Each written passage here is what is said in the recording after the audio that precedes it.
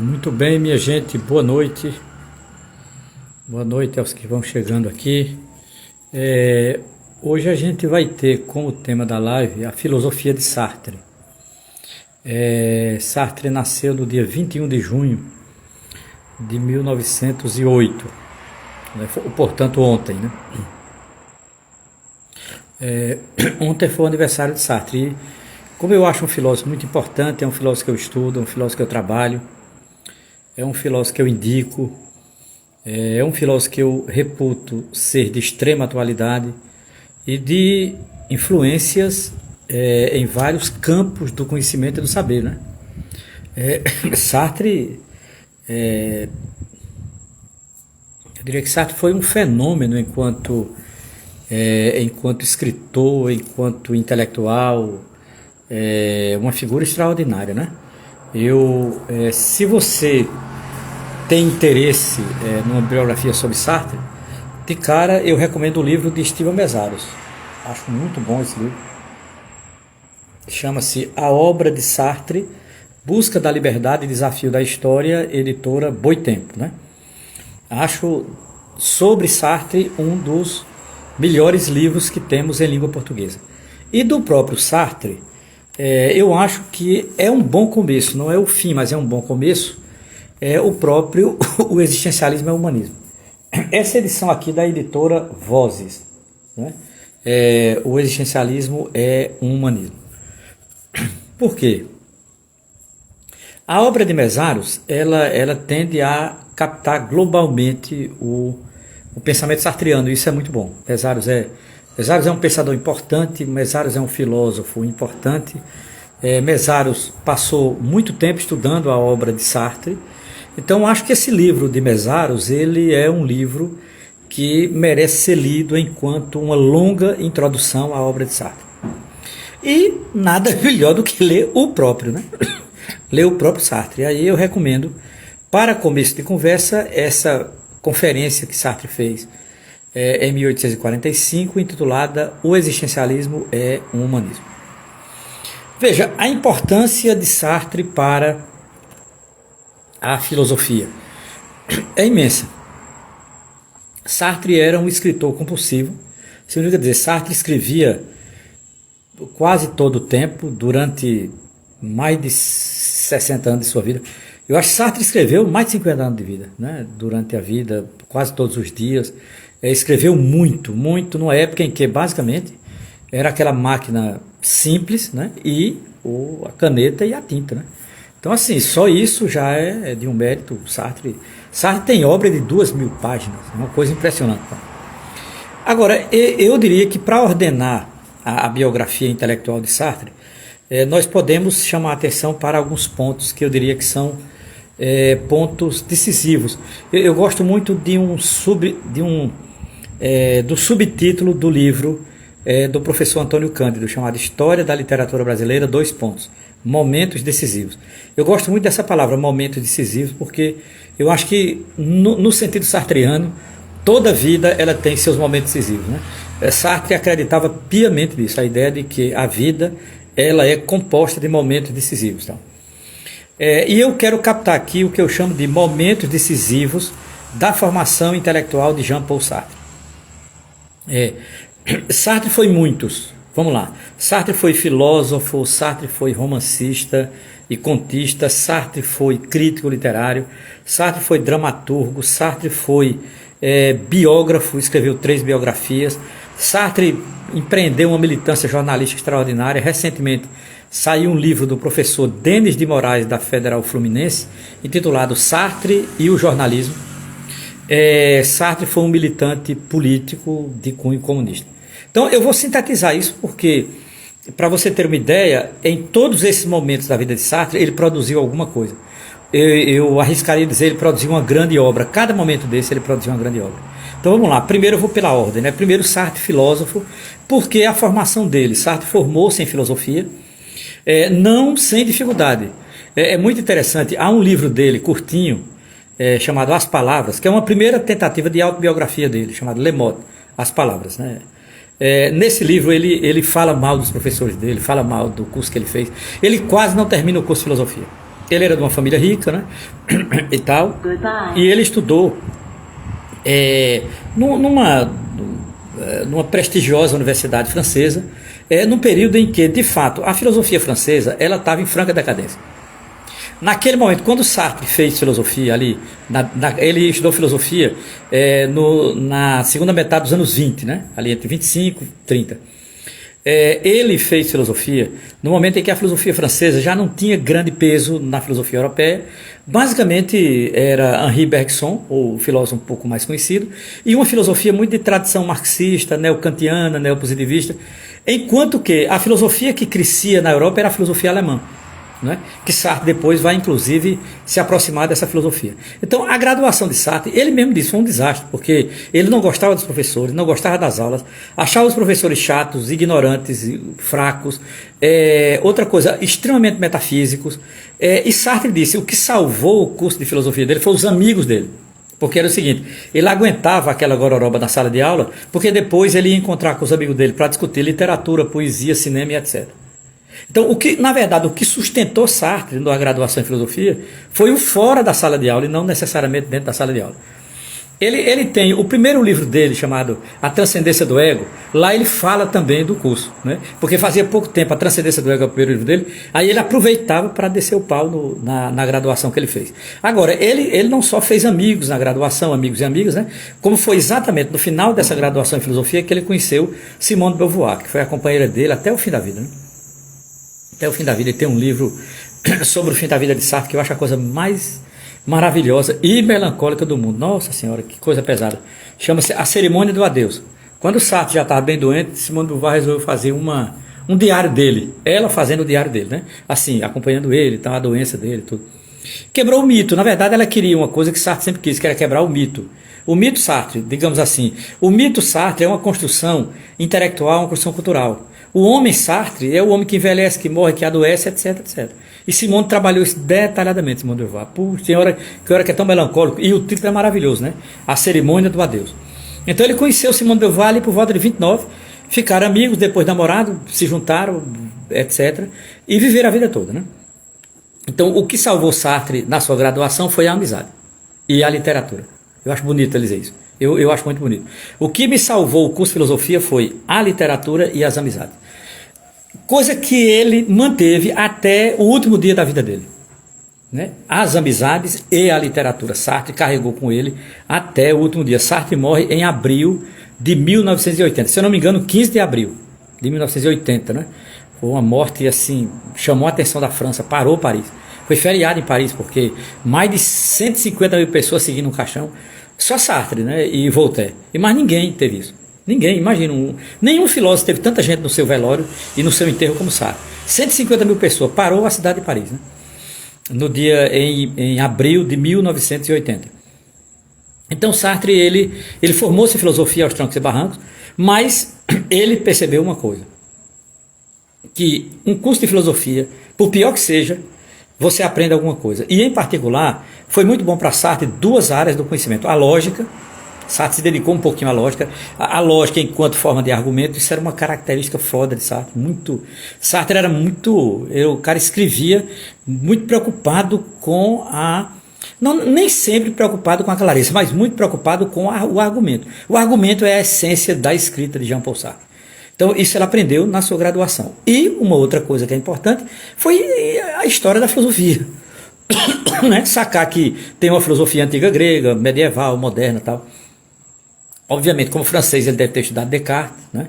Era obrigatório, não tem como francês, ali nos anos 20 não estudar Descartes. Então, ele estudou Descartes, ele conhecia muito Descartes, né? Ele cita várias vezes e tal. Agora, ele estudou muito essa tradição neocantiana que ele não gostava, ele vai romper com isso logo depois da graduação.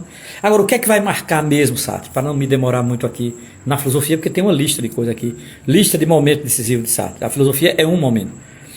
É o seguinte, ele vai para... em 1933, ele fica sabendo de uma história de uma tal de fenomenologia.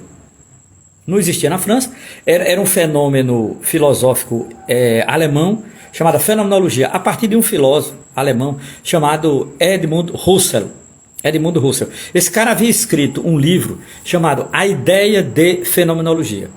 Um amigo dele, que depois virará inimigo, coisa mais comum de Sartre, brigar com o povo. Sartre era muito brigão. Um amigo dele, que depois virará inimigo, chamado Raymond Aron. Agora, esse virou inimigo porque foi para a direita. Foi para a direita, Sartre sempre combateu a direita. Isso é uma coisa bonita e coerente. Sartre foi errado ou certo, Sartre sempre combateu a direita. Não tem jeito de Sartre ser colocado em nenhum direito. Você pode colocar Sartre ao lado do erro, mas jamais do lado da direita.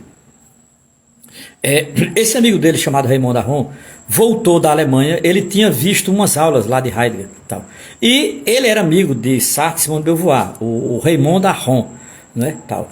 O Aron, eles marcaram um café lá em Paris e ele disse: olha, Sartre e Beauvoir, se eu fosse vocês, eu me dedicaria a estudar essa tal de fenomenologia. Aí Sartre pergunta, obviamente, a pergunta clássica, né? O que porra é fenomenologia? Aí o Aron disse: olha, eu não saberei agora explicar como o professor Edmund Husserl define fenomenologia, mas eu vou dar um exemplo. Aí ele pega um copo de bebida, a bebida eu até decorei, é uma coisa que eu não conheço, só sei de nome, nunca provei, chamada abricó. Ele pega um copo que estava com abricó, e ele diz, uma taça com abricó, e diz: um filósofo fenomenólogo filosofa sobre tudo a partir dessa taça de abricó. Aí Sartre tem um estalo, porque o que ele buscava era exatamente isso. Ele aprendeu uma filosofia que não tinha nada de cotidiano. A fenomenologia parte do cotidiano para as grandes questões. Pronto, isso deu uma piração na cabeça de Sartre. Ele tentou uma bolsa no governo francês para ajudar na Alemanha, conseguiu essa porra dessa bolsa, e Sartre passa 2 anos na Alemanha. Né? Obviamente, quem era famoso, puta que pariu, tem que dizer isso, né? Eu não gosto de dizer isso, mas tem que dizer, porque faz parte da honestidade intelectual. Sartre chega lá antes do nazismo, antes da ascensão do nazismo. Ele chega na Alemanha em 1932. E ele, quem era o filósofo do sucesso? Martin Heidegger. Sartre porque queria conhecer Heidegger, tinha lido já um texto dele em francês, né? Aprende alemão para ler o cara. E, obviamente, Sartre vai ler e ficar encantado. O Heidegger escreveu uma obra em 1926 chamada O Ser e Tempo. Pode ver que isso vai ter uma influência muito grande em Sartre, né? A categoria C. Sartre ficou pirado com essa obra, né? Para Sartre, naquele momento, era a maior obra da história do pensamento ocidental. O Ser e Tempo. Por quê? Porque Sartre percebeu uma coisa fundamental no pensamento heideggeriano, que era: o ser só se desdobra no tempo, o ser só se tece no tempo, o ser só existe no tempo. Significa dizer, a temporalidade é a razão da própria existência. Isso marcou completamente Sartre, né? E, consequentemente, Sartre vai abraçar a fenomenologia, né? Ele vai escrever, por exemplo, um livro chamado A Transcendência do Ego, em torno do debate fenomenológico. Né? Sartre vai discutir a categoria de intencionalidade na fenomenologia, ainda sobre o anteparo fenomenológico. Né? Sartre vai discutir categorias como imaginação e imaginário, ainda ligado à fenomenologia.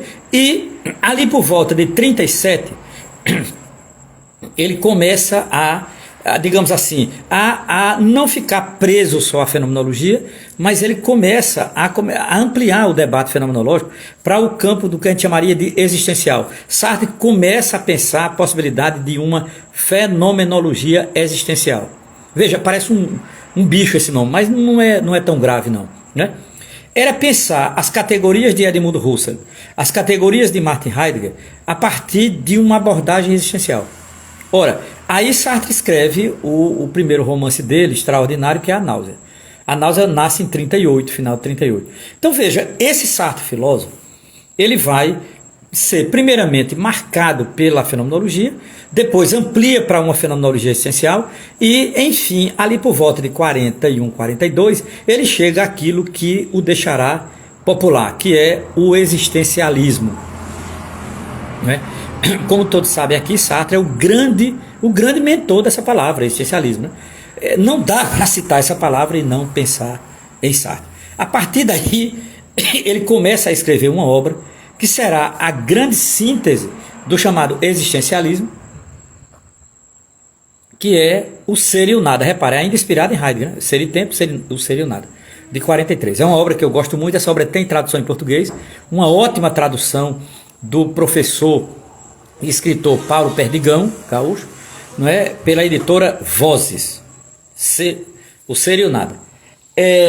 E ali está o tratado de fenomenologia existencial de Sartre. Ele vai discutir com a psicanálise, vai discutir com a teologia cristã, vai discutir com a filosofia do sujeito, e ele obviamente vai fundar a sua própria filosofia, que é exatamente a filosofia existencial.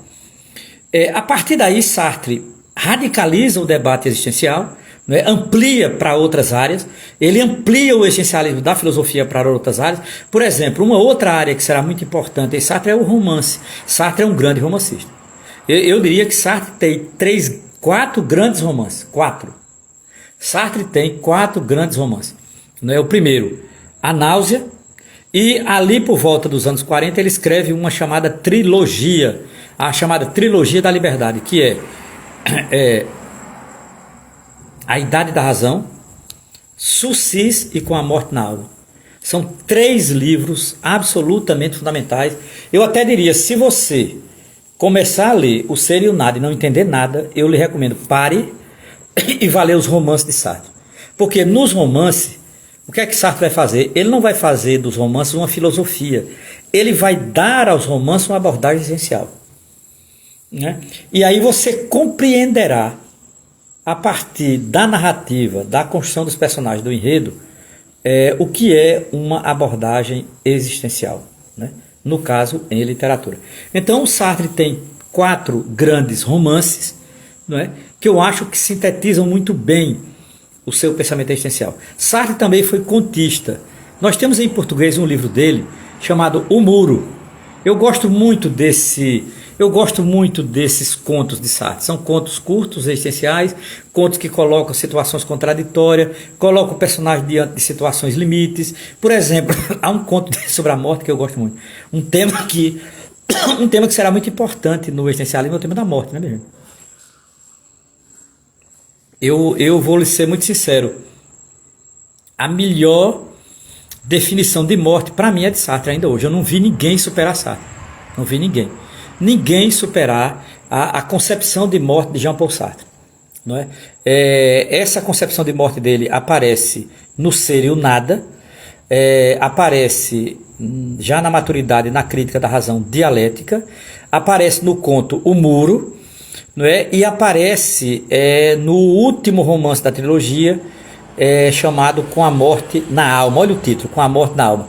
Qual é a definição de morte de Sartre? Eu não vou usar a palavra definição, que eu acho muita pretensão da minha parte. Não é definição. Como Sartre via a morte. Como Sartre entendia a morte. Então, eu vejo, de todos os filósofos que eu li sobre esse tema, Sartre é aquele que melhor compreendeu a morte. Primeiro, para Sartre, a morte não é um lugar. Segundo, para Sartre, a morte não está em nenhum lugar nos esperando. A morte não é passado, não é presente, não é futuro. Primeiro porque a morte não é uma coisa, a morte não é um lugar. A morte é a nossa condição ontológica.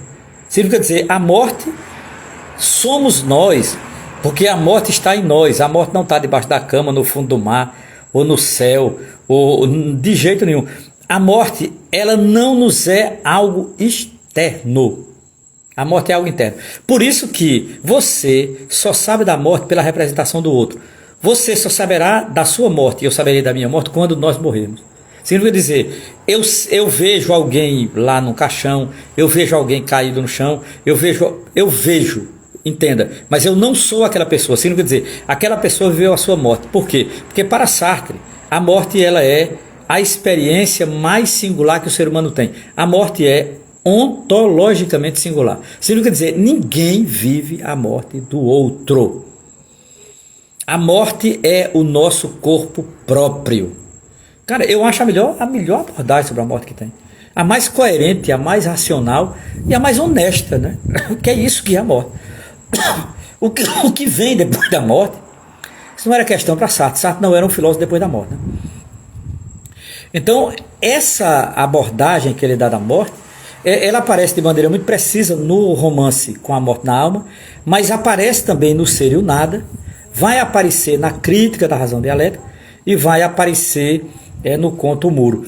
Eu um dia penso em fazer um pequeno estudo sobre o conceito de morte em algumas obras de Jean-Paul Sartre, porque eu sou fascinado pela maneira com que ele compreendeu a morte.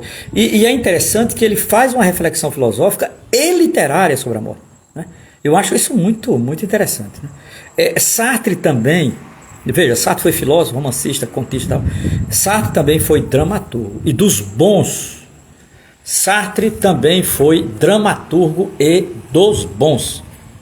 Entenda, Sartre faz parte de um grande momento do teatro moderno francês. Sartre está à altura, digamos assim, dos grandes dramaturgos franceses, né? Cocteau, Cocteau é uma referência, né, fundamental, mas mesmo aqueles que Samuel Beckett, por exemplo, que veio da Irlanda para a França, ele está ali, Sartre está naquele eixo fundamental do chamado teatro moderno francês. E como referência, Sartre não escreveu muito, ele escreveu 9 peças, né? Entre 1943 e 1959. Depois de 59 ele não escreverá mais teatro, e antes de 43 ele não tinha escrito, né? Ele fica muito famoso em termos de peça, com uma peça, né? Há uma peça dele que é famosíssima, chamada As Moscas, que é uma das primeiras, né? Que é muito interessante, que na verdade é uma adaptação atualizada da Orestia, né? de Sófocles. Sartre, ele era muito fascinado por Sófocles, né? Muito. Sartre conhecia todo o teatro grego e ele tinha uma predileção pela figura de Sófocles, né? Veja, mas ele adaptou as peças de Sartre de um modo geral, eram teatros muito voltados para aquela época. Ele não adaptou peça tal qual, por exemplo, ele não copiou, ele não pegou uma peça de Sófocles e adaptou. Não, ele na verdade recriou a peça de Sófocles. Porque Sartre, ele fazia um teatro original, significa dizer, um teatro contemporâneo, a ponto de o teatro dele ter um nome, chamado Teatro de Situações, né? Teatro de Situações. Entre 43 e 59, Sartre fez o que chamou Teatro de Situações. A peça que eu mais gosto dele não é As Moscas, apesar de eu achar As Moscas uma peça maravilhosa. A peça que eu mais gosto de Sartre chama-se Entre Quatro Paredes. Originalmente tem o nome de Huis Clos. É uma peça que Sartre cria o mito do inferno. É uma peça que se passa no inferno, mas no inferno de Sartre. Pô, que peça maravilhosa mesmo. É curtinha, ela é bem fininha assim, curtinha, ela é um ato só. Até porque não tinha que ter mais de um ato, porque tudo se passa num quarto só, todo mundo preso ali no inferno, né? Então assim, é um ato só, é uma peça em um ato, em um único ato. Eu adoro essa peça, eu acho ela tem uma reflexão filosófica extraordinária. É nessa peça que vai estar uma frase que todo mundo diz atribuir a Sartre, mas na verdade essa frase é de um personagem de Sartre, né? O inferno são os outros. É exatamente na peça Entre Quatro Paredes, o Huis Clos, que está a frase, citado por um personagem chamado Garçon. O inferno são os outros. Sartre, e com isso Sartre se credencia como grande nome do teatro moderno francês. Ele está nessa condição, né, de ser um grande nome, um grande nome do teatro moderno francês.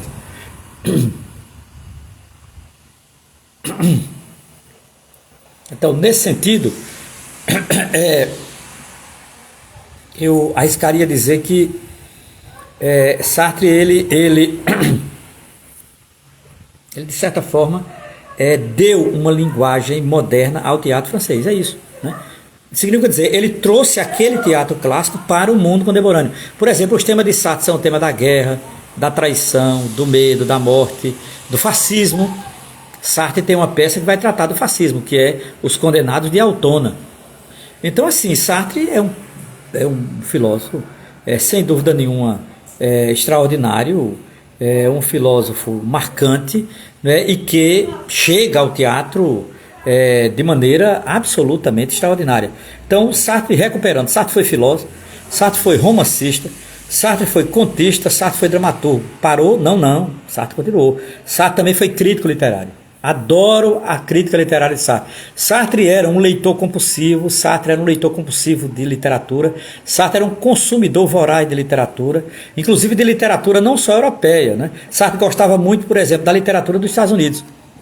Inclusive, para ele, um dos maiores escritores da humanidade não era francês.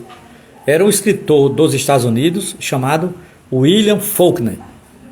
Sartre leu um livro desse homem, chamado Palmeiras Selvagens, e ficou encantado com esse romance. Agora, o romance mais famoso dele, o romance mais famoso de Faulkner é O Som e a Fúria, que Sartre escreveu sobre ele. Sartre escreveu um ensaio muito bonito sobre a temporalidade de Faulkner, que está num livro em português chamado Situações 1, que é a crítica literária de Sartre, né? Então Sartre foi um ótimo crítico literário, um impactante crítico literário, um importante crítico literário, ajudou muita gente a entender obras literárias difíceis, obras literárias modernas, com a linguagem um tanto fechada, difícil, e Sartre, não é, ele foi, digamos assim, um crítico muito cuidadoso, escreveu muito, né? A crítica literária dele está em 8 volumes, escreveu muito, escreveu sobre romances europeus, romances dos Estados Unidos, né? Escreveu sobre, eu diria, os principais romances do século XX. Sartre disse alguma coisa sobre eles, né? Sobre Joyce, sobre Kafka, sobre Proust, sobre João dos Passos, sobre William Faulkner. Sartre escreveu sobre eles, né? E é interessante que vai ser um elogio de Sartre a Faulkner, a obra Palmeiras Selvagens, que fará Jean-Luc Godard no seu primeiro filme, naquele filme que vai nascer uma corrente cinematográfica, uma escola cinematográfica chamada Nouvelle Vague, que ele cita uma frase de Faulkner em homenagem a Sartre, que está no filme. Que está no filme chamado Acossado. Acossado, que é um filme importante de Godard, que é o filme que vai fazer nascer a Nouvelle Vague. Qual é a frase? Eu adoro a frase. Essa frase está no final de uma obra de William Faulkner, que Sartre comenta, e eu tenho certeza que Godard só soube dessa obra de Faulkner pelo comentário de Sartre, chamado Palmeiras Selvagens. O personagem de Palmeiras Selvagens diz assim: entre o sofrimento e o nada, eu prefiro o sofrimento. Essa frase ficou famosa, essa frase ela está no filme, né, de Jean-Luc Godard, e ela tá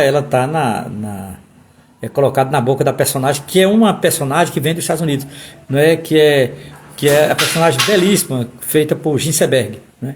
É Ginseberg que faz a atriz do filme de Godard. E é muito interessante, Patrícia é o nome dela no filme, né? E ela tem um momento que ela pergunta, ela está no contato com o personagem, ela está na cama com o personagem, e ela diz: você sabe o que disse Faulkner? Aí o personagem nem sabia que era Faulkner. Aí ela diz: Faulkner disse, entre o sofrimento e o nada, eu prefiro o sofrimento. É muito interessante, porque essa frase é muito, muito estilística, é muito bonita. E ela é tirada de William Faulkner, de Palmeiras Selvagens, né? E é colocada por Godard no seu filme Acossado, que faz nascer a Nouvelle Vague. Significa dizer, com isso eu quero dizer que Sartre vai influenciar o cinema, eu daqui a pouco falo disso. Mas eu ainda estou na crítica literária de Sartre. A crítica literária de Sartre é fundamental, né? Sartre, assim como Sartre foi um dramaturgo moderno, Sartre também foi um crítico literário moderno.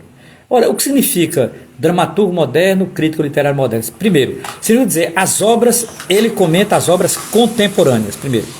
Segundo, há uma linguagem própria, tanto da literatura moderna como do drama moderno.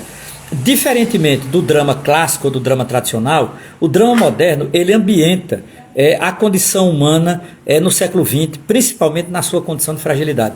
Por exemplo, uma característica fundamental do romance moderno ou do teatro moderno é que os heróis são todos frágeis, maculados, limitados, finitos. Não tem aquela teleologia do herói homérico, por exemplo, ou do herói do início da modernidade, tipo... Mesmo Don Quixote, doido daquele jeito, tinha uma teleologia. Os heróis modernos não têm teleologia. Por quê? Porque o capitalismo ele é implacável, o capitalismo reificou tudo. Significa dizer, o capitalismo ele destruiu a possibilidade de um heroísmo genuíno. Então, assim, o herói moderno é o trabalhador, é o operário, é o pobre, é o ferrado, é o fodido. Para você ter uma ideia, vou dar só para você entender o que é essa característica fundamental do romance moderno. O livro de Joyce. Joyce escreveu um livro de quase 1000 páginas chamado Ulisses, em que o personagem, primeiro, não é Ulisses, não existe Ulisses no personagem.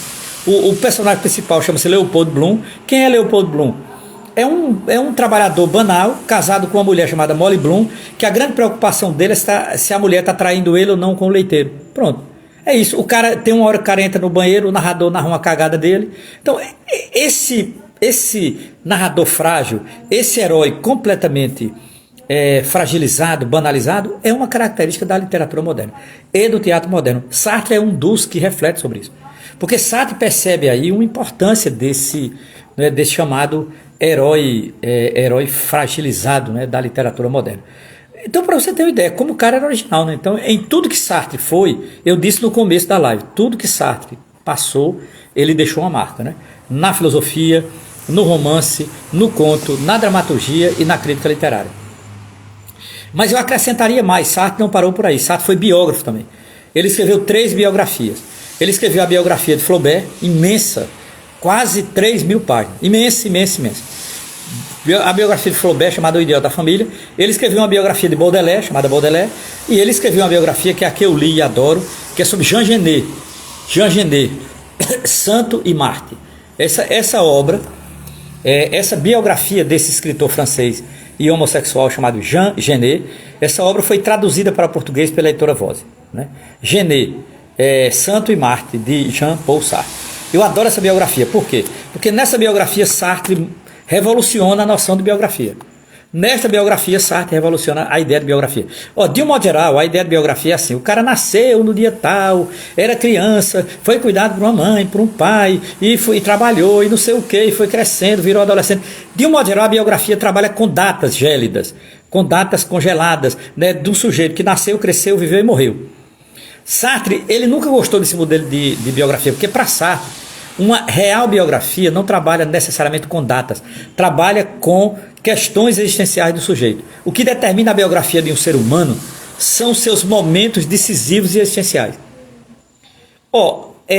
A banalidade do cotidiano para Sartre não interessa enquanto biografia, porque não tem relevância nenhuma. Por exemplo, dizer que um ser humano caga. Todo mundo caga, não tem isso. Então, veja, isso não acrescenta à biografia.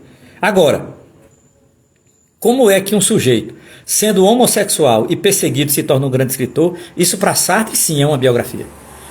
Que é o caso de Jean Genet. Que é o caso exatamente de Jean Genet. Então, Sartre, ele muda a noção de biografia. Né? Repare que ele, na verdade, ele é fiel à etimologia da palavra biografia, escrita sobre a vida. Não é escrito sobre a banalidade do sujeito, sobre as bobagens do sujeito, ou sobre tudo do sujeito. Ninguém escreve tudo sobre um ser humano. Então, Sartre sabia disso. E o livro é extraordinário. Na verdade, eu vou ser sincero com vocês, dando um spoiler aqui. O livro não é uma biografia de Genet. Na verdade, o livro é uma análise psicanalítica e histórica de Genet. Sartre explica Genet pela sua obra. É isso que é a biografia. Não é? É uma obra absurdamente genial. Sou fã dessa obra. Assim, eu li, sei lá, andando na praia, no ônibus, com o livro na mão, onde parava ali, porque é uma obra que tem 600 e tantas páginas também. Então Sartre foi um grande biógrafo também. Sartre foi um grande jornalista, escreveu muito para jornal. Sartre editou jornal, Sartre organizou jornal e Sartre escreveu para jornal. Sartre tem livro inteiro só com artigo de jornal. Ele fez matéria jornalística, ele foi correspondente de um jornal, ele trabalhou no jornal chamado Libération, nos anos 50, e ele foi correspondente desse jornal nos Estados Unidos. Sartre morou 2 anos nos Estados Unidos, né? E ele queria muito conhecer os Estados Unidos. Foi lá que ele teve contato com a literatura americana, ele aprendeu inglês, foi lá que ele teve contato com a literatura dos Estados Unidos, e ele percebeu que os Estados Unidos têm uma das melhores literaturas do mundo. Foi preciso ele ir lá para os Estados Unidos. Ele morou em Nova York, morou em Nova York, conheceu New Orleans. Outra coisa, Sartre era apaixonado pelo jazz. Ter ido para os Estados Unidos para ele o aproximou ainda mais do jazz. Aqui para nós, né? Todo mundo que presta gosta de jazz. De um modo geral, quem não presta é que não gosta de jazz. Então o jazz é muito importante e inclusive na obra de Sartre ele usa, né, como elemento biográfico e tal. E Sartre também fez uma militância política extraordinária, né? Sartre foi um dos grandes militantes políticos do século XX, esposou as maiores causas humanitárias, né? Sartre combateu a ditadura, Sartre combateu o stalinismo, Sartre combateu o fascismo, o nazismo, Sartre defendeu militante de esquerda, Sartre defendeu guerrilha, Sartre defendeu militantes da América Latina. Para você ter uma ideia, Sartre ajudou Carlos Marighella, não sei se os senhores e as senhoras conhecem aqui. Primeiro, Sartre publicou a obra de Marighella na sua prestigiosa revista chamada Le Temps Moderne. Sartre editava uma revista chamada Le Temps Moderne, Os Tempos Modernos. Nessa revista, Sartre publicou uma obra de Marighella e ajudou Marighella, inclusive, no combate à ditadura. Então, Sartre foi uma figura muito importante nesse sentido tal. Não sabia que ele teve no Ceará, não. O Ceará não sabia, não. Eu sei que ele teve no Recife e em Salvador. No Ceará eu não sabia, não há registro da obra dele no Ceará, mas se foi, ótimo. Eu sei que ele teve no Recife, ele teve em Salvador, ele esteve no Brasil em 1960, na verdade. Ele passou 4 meses no Brasil, daqui ele foi para Cuba, né? Ele passou 4 meses no Brasil, ele ficou em São Paulo ele foi para 3 cidades, ele foi Curitiba, ele foi Porto Alegre, ele foi Salvador, Recife, era o que eu sabia. Ele visitou também, fez uma visita a Ouro Preto, tem uma foto de Sartre em Ouro Preto. Então assim, Sartre ele viajou muito, né, por conta da militância política, né, e das causas humanitárias. Ele viajou muito. Sartre foi para o Japão, para a China, Sartre veio para a América Latina, Sartre foi Brasil, Argentina, Chile, Cuba, Sartre conheceu toda a Europa dele, Sartre foi para os Estados Unidos. Então assim, Sartre ele, por conta das causas humanitárias, eu acho que ele é o filósofo do século XX que mais viajou, eu acho. Sim, Sartre foi para a China, para o Japão, Dinamarca, quase toda a Europa, Itália ia várias vezes, veio para a América Latina, Brasil. Então assim, era, para você ter uma ideia, ali por volta de 1960, Sartre era o maior filósofo da humanidade. Em 1961 ele publica uma obra de 800 páginas chamada A Crítica da Razão Dialética. Pronto. Essa obra o consagra para sempre. Para mim é a última grande obra de Sartre no sentido de volume, né? Porque ele estava naquele projeto interminável de O Idiota da Família, que era a biografia de Flaubert, que ele nunca terminou. Ele nunca terminou a biografia de Flaubert e acabou em 3 volumes, quase 5.000 páginas. Nossa Senhora, o inferno essa obra. Ela tem tradução em português, eu nunca consegui ler toda. Eu acho que eu não vou ler toda. Ela tem uma tradução pela editora LPM em 3 volumes. Eu só li um volume. Não é chamado O Idiota da Família, né? Jean Paul Sartre. Então Sartre, ele, de certa forma, ele é um filósofo, um dos mais, eu diria, um dos mais extraordinários filósofos da história do pensamento ocidental. Eu não consigo ver um filósofo que escreveu tanto. Eu não conheci um filósofo que amou tanto a escrita como Sartre, que amou tanto a literatura, que amou tanto a formação humana, que amou tanto a própria ideia de viver. Pô. Eu desconheço, né, que esse amor de Sartre pela humanidade, o filósofo amou tanto a humanidade e tal. Ótimo, Anderson, que bom. Então Sartre, olha aí, Sartre esteve no Ceará, não visitou o Ceará nos anos 60, exatamente. Não, 12 de agosto de 1906, não pode ser não. 1906 Sartre não era nem nascido. Sartre nasceu em 1908, deve ter sido 1960, sim, 1960, exatamente. Em 1960 ele esteve no Brasil, ele chega no Brasil, ele passa 4 meses no Brasil, 1960. Então ele, de fato, ele foi muito importante, né? Quando Sartre veio ao Brasil, ele estava na iminência de terminar o projeto da Crítica da Razão Dialética, que qual é o último grande projeto de Sartre, né? Que era exatamente unir a dialética marxista com o existencialismo dele, né? Era unir subjetividade e materialismo histórico, era unir crítica da economia política com o existencialismo. Esse era o grande e último projeto de Sartre, projeto extraordinário onde ele vai trabalhar de maneira extraordinária a categoria subjetividade. Agora, por fim, para não dizer que não falei de flores, eu quero indicar uma influência que eu acho muito massa de Sartre, que eu gosto muito, né? Sartre ele teve uma influência muito forte no cinema, né? Principalmente no cinema francês.